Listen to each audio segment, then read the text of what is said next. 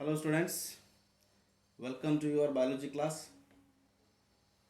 And जैसे कि आप जानते हैं, हमने यहाँ जो चैप्टर स्टार्ट किया है किडनी रिलेटेड, किडनी वाला चैप्टर हम पढ़ रहे हैं। किडनी का बेसिकली काम होता है हमारी बॉडी का जो वेस्ट होता है, डाइजेस्टिव वेस्ट। अब डाइजेस्टिव वेस्ट तो फीसस होता है। डाइजेस्टिव वेस्ट में से जो एनर्जी निकल के बाहर आती है, ग्लूकोज का ब्रेकडाउन करने पर, प्रोटीन का ब्रेकडाउन करने पर जो अमोनिया, यूरिया, नाइट्रिक एसिड जैसे वेस्ट बनते हैं हमारे ब्लड में एट सेलुलर लेवल, उनको किडनी के थ्रू एक लिक्विड बना के बाहर डाला जाता है जिसम के बॉडी के, जिसे हम यूरिन के नाम से जानते हैं। यूरिन जो होता है हमारी बॉडी का एक वेस्ट प्रोडक्ट है। यस, जो बॉडी की जो गंदगी होती है, जो बॉडी को हार्मफुल होते हैं, जो बॉडी के लिए पॉइजन होते हैं, जिनका बॉडी पे इफेक्ट होता है और जो कंटिन्यूसली बॉडी में बनते हैं। कंटिन्यूसली इसलिए बन रहे कि हमारी बॉडी की जो सेल्स है कंटिन्यूस एनर्जी बना रहे हैं, वहाँ कंटिन्यूस सेल डिवीजन हो रहा है, कंटिन्यूसली ब्रेकडाउन हो रहे हैं, कंटिन्यूसली एनर्जी सप्लाई हो रही है, तो कंटिन्यूसली वेस्ट भी बनेगा। तो वो वेस्ट हमारे ब्लड में आता है, ब्लड से किडनी को जाता है, किडनी में प्रोसेस होता है। ठीक है, उस प्रोसेस को ही हम यूरिन फॉर्मेशन कहते हैं। प्रोसेस होने पर वहाँ ब्लड प्यूरिफाई होता है, ब्लड की गंदगी को निकाला जाता है एंड साफ blood again transfer to the blood into the body. और वो जो गंदगी वाला लिक्विड को यूरिन नाम से बोलते हैं, उसे यूरिन कहते हैं, और वो अल्टीमेटली हमारे यूरिनरी सिस्टम से बाहर आ जाता है। So let us understand the physiology behind the process of urine formation. So students, urine formation is a process of urine formation where it has three major steps. By these three steps, a urine formation takes place. Number one, glomerular filtration. Yes, the filtration at the glomerulus, and glomerulus is a tough capillaries we have studied in our previous class. In glomerulus there is a filtration, reabsorption, reabsorption in the tubules, and tubular secretion are the three main steps by which an urine formation takes place. So let us begin this. Glomerular capillaries blood pressure cause the filtration of blood through the three layers. Glomerular capillary is nothing but tough capillary, number of capillaries. ಆ capillary ಒಳಗಡೆ blood pressure ಅನ್ನು ಇರುತ್ತದೆ. The capillary having of course blood along with blood pressure, and that pressure caused to the filtration, and the filtration of blood takes place with the help of three layers. Let us see one by one. The first layer is the endothelium. Endothelium is a layer of glomerular blood vessels. जो हमारी blood vessels जो बनी हुई है वो ग्लोमेरुलार से बनी हुई है, राइट. ग्लोमेरुलार ब्लड वेजल्स होती है वहाँ पे. ब्लड ग्लोमेरुलार जो है एंडोथेलियम लेयर से बने हुआ होता है. फिर क्या है वहाँ पर, एपिथेलियम है. वुमेन्स कैप्सूल एपिथेलियम से बने हुआ है.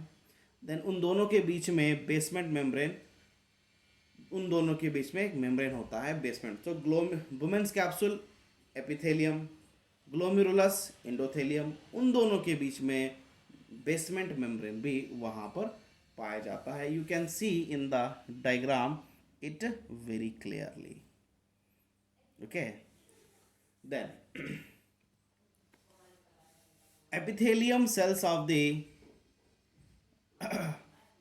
epithelium cells of the women's capsule having a pores, उस पर सुराखें होते हैं बारीक, जिसको हम पोडोसाइट्स कहते हैं, arranged in a intricated manner leaving some minute space called filtration split or slit pores.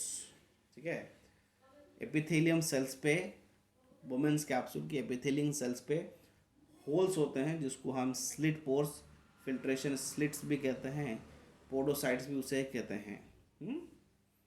Then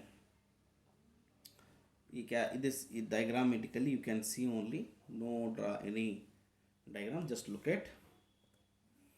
Then what happened here, almost all constitute of the blood plasma except protein pass into the lumen of Bowman's capsule. Yes, it is very interesting. Blood ಅನ್ನು ಬಿಟ್ಟು, blood plasma ಅನ್ನು ಬಿಟ್ಟು, R B C cells ಅನ್ನು ಬಿಟ್ಟು ಉಳ್ಕಿಂದ ಏನಿರ್ತಾವಲ್ಲ blood ಒಳಗಿಂದು ಅಷ್ಟೆಲ್ಲ filter ಆಗಿ Bowman's ಒಳಗೆ ಬಂದಿರುತ್ತದೆ. Right, only it leave the blood and blood plasma R B C cells and ಬ್ಲಡ್ಗೆ ಬಿಟ್ಟು ಉಳ್ಕಿಂದೆಲ್ಲ ಫಿಲ್ಟ್ರೇಷನ್ ಆಗಿಬಿಡ್ತದೆ. ಅದ್ರ ಒಳಗಿಂದ ಕೆಲವು substance reenter into the body.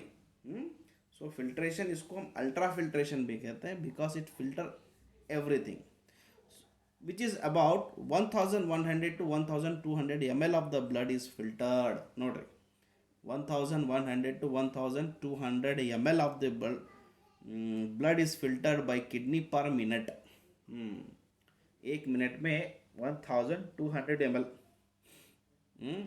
1 litre के भी ऊपर, 1 लीटर के भी ऊपर पर एक हर मिनट में हमारी जो किडनी है ब्लड को प्यूरिफाई करती है. It constitute about 1/5 of the blood pumped out by the each ventricles of the heart in a minute.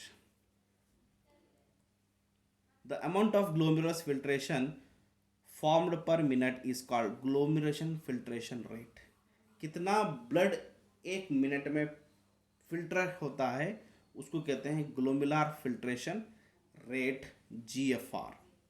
Normal GFR 120 ml per minute, that is 180 litre per day. You can't imagine this.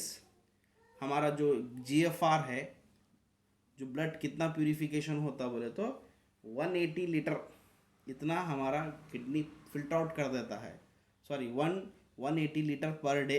हर दिन में हमारा जो filter होके बाहर आता है 180 litre and 120 ml पर minute इतना होता है. अगर इतना तो हमारे पास कुछ भी नहीं है. 180 लीटर ना पानी है ना खून है बॉडी में. ये रिपीट होता है, रिपीट होने के जैसे ये नंबर आया है, और ये भी वहाँ कई बार एब्सॉर्ब होके फिर रिपीट होता है. ठीक है. So 180 liter of glomerulus filtration is produced daily, but 99% of this, nayananda nimga idu ಒಳಗಿಂದ 99% of this is reabsorbed by renal tubules. So normal volume of the urine release is 1.5 liter per day. कितना urine आना चाहिए हमें, कितना urine आता है बोले तो 1.5 litre per day is the standard value of urine in a day. From the filtrate जो होता है उसको फिल्ट्रेट कहते हैं. Glucose, amino acids, sodium, potassium, magnesium are the reabsorb actively. Nitrogenous waste are absorb passively. जो waste होता है उसे छोड़ देते हैं, और जो बॉडी को रिक्वायर्ड है वो रीअब्सॉर्ब हो जाता है actively. Passive absorption of the water occur in initial segments of the nephron. Nephron के इनिशियल सेगमेंट में वाटर भी पैसिव एब्सॉर्प्शन ही है, लेकिन बाद में वाटर भी एब्सॉर्ब हो जाता है. ठीक है. पीसीटी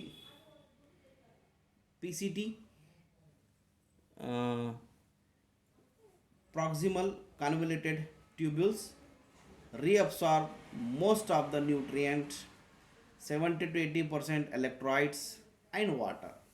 ठीक है. Simple cuboidal brush border epithelium cell से बने हुआ होता है. increase the surface area for reabsorption. This is PCT. Then Hinel's loop, जिसको loop of Hinel भी कहते हैं, maintain high osmolarity of medullary interstitial fluid. medullary interstitial fluid area में फ्लूइड होता है जो ऑस्मोलरिटी मेंटेन करता है बॉडी की. Descending loop permeable to water but almost impermeable to electrolytes. This concentrate the filter. उन्हें फिल्टर को क्या करता है, कॉन्सेंट्रेट करता है, क्योंकि उसके अंदर का पानी निकाल लेता है. परमिएबल Then ascending loop जो है, it is reabsorb occur, minimum reabsorption occur here. It impermeable to water and allow transport of electrolytes, so filtrate get dilute. यहाँ पर थोड़ा सा dilute हो सकता है. Okay. In DCT, conditional reabsorption of sodium and water takes place. ठीक है. Collecting duct extend from the cortex to inner part of the medulla.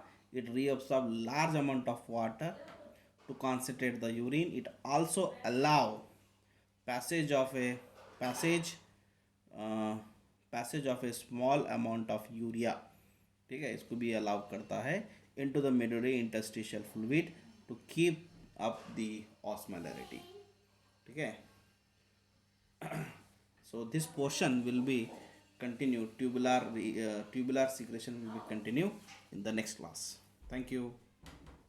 So up to here only you reabsorption, here only you just take it down, right? Thank you.